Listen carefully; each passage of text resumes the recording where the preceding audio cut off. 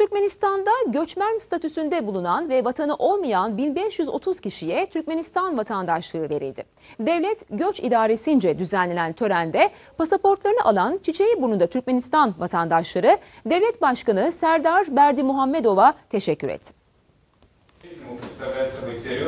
Türkmenistan, Birleşmiş Milletler'le işbirliği içinde dünyada vatansızlığın sona erdirilmesi çabalarına destek veren ülkelerin başında geliyor.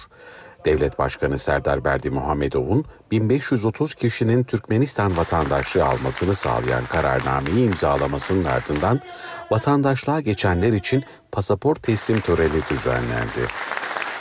Türkmenistan Devlet Göç İdaresi binasında düzenlenen etkinliğe ev sahibi kurumun başkanı Nazar Atagarayev, Dışişleri Bakan Yardımcısı Vefa Hacıyev, Birleşmiş Milletler Türkmenistan Daimi Koordinatörü Dimitri Şlapachenko ile birlikte pasaportlarını almaya gelen yeni Türkmenistan vatandaşları katıldı.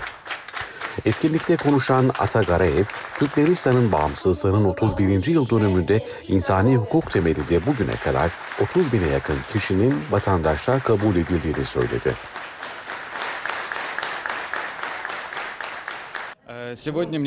Güzel bir törene şahit olduk. Vatandaşlığı olmayan insanların bir ülke tarafından kabul edilmeleri nedeniyle onlar çok heyecanlıydı. Birleşmiş Milletler için de güzel bir gündü. Türkmenistan'ın kimseyi geride bırakmadan sürdürülebilir kalkınma hedeflerine ilerlemesi çok önemli. Dünyanın 26 ülkesinden gelerek Türkmenistan'da yaşama hakkı kazanan yeni Türkmenistan vatandaşları ise Devlet Başkanı Serdar Berdimuhamedov'a teşekkür etti. Ben Özbekistan'dan geldim. 2001 yılından bu yana burada ailemle yaşıyorum. Bugün Türkmenistan vatandaşlığına kabul edildim. Çok sevinçliyim. Böyle bir devlette yaşadığım için gurur duyuyorum. Devlet başkanımıza teşekkür ediyorum.